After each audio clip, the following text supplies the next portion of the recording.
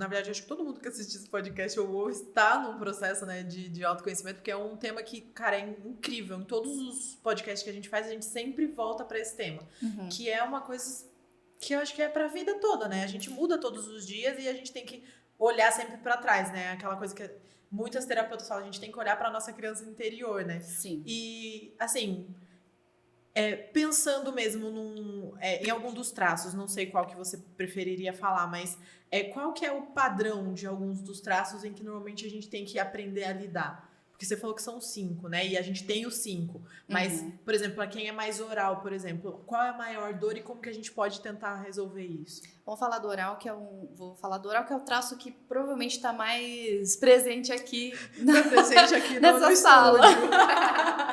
Bom, o traço oral, então, ele é um traço extremamente comunicativo, né? Então, por que ele é formado? Porque lá, quando ele era um bebê, ele foi muito alimentado. Então, não quer dizer que a mãe dava leite toda hora, não é isso. Mas muitas vezes a alimentação ela veio para suprir outras coisas. Então ela veio para suprir uma coceira, ela veio para suprir a própria fome, mas ela veio para suprir talvez um choro que ninguém sabia o que era meter uma teta na boca. Exatamente isso. Então os orais eles são formados nesse lugar, que é onde a necessidade dele não foi atendida. Então aí ela pode ser ela pode ter sido atendida demais através da alimentação ou de menos, que é aquele neném que fica chorando. E normalmente esses de menos são as pessoas mais magrinhas, são as pessoas que tendem um oral um pouco menor, vamos dizer assim.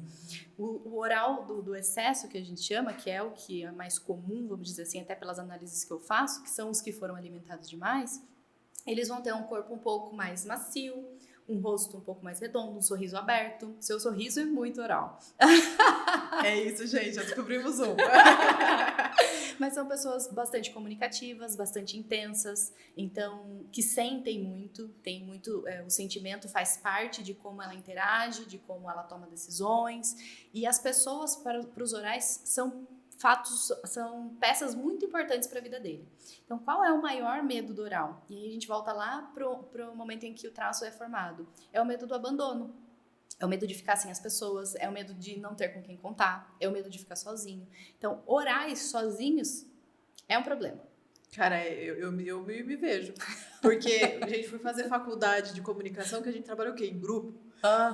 Veio aqui pro escritório, que é nós 3 juntas o tempo todo. É isso, eu preciso de gente em minha volta. Eu sempre falei, eu sou uma pessoa de pessoas. E é isso, o oral, ele gosta de gente. Então, quando ele se sente sozinho, ele se sente abandonado, isso leva ele para um mar de tristeza. Então, é muito diferente, por exemplo, você fazer algo sozinho do que fazer a mesma coisa, do que fazer com gente. É muito mais legal fazer com gente. Então, quando o oral vai fazer as coisas, ele já pensa em quem ele pode chamar. A minha aldeia vai comigo, então vai ser legal.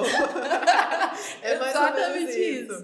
Nossa, é muito interessante porque realmente e eu vejo que assim, não sei se também acho que tem a ver, né, com a minha criação, mas a minha família, assim, no Natal, eram 60 pessoas pra cima. Entendeu? Então sempre tinha muita gente em volta e a minha família é da família que come mesmo, sabe? Então, com certeza faz muito sentido mesmo a criação desse caráter, né? E um outro, o psicopata, por exemplo, que as pessoas têm medo, a gente já traz clareza nesse assunto. Exatamente. Então, gente, não precisa ir atrás de um psiquiatra, não fiquem nervosos. Você não vai matar a vizinha. Não. Relaxa, tá tudo bem. Exatamente. O traço do psicopata, então, ele é formado quando a criança ela começa a interagir com o mundo. Então, sabe aquela criança que você passa e fala, dá uma risadinha pra tia? E aí ela dá risadinha e você dá atenção pra ela. Depois que ela parou de dar risadinha, você virou as costas e saiu.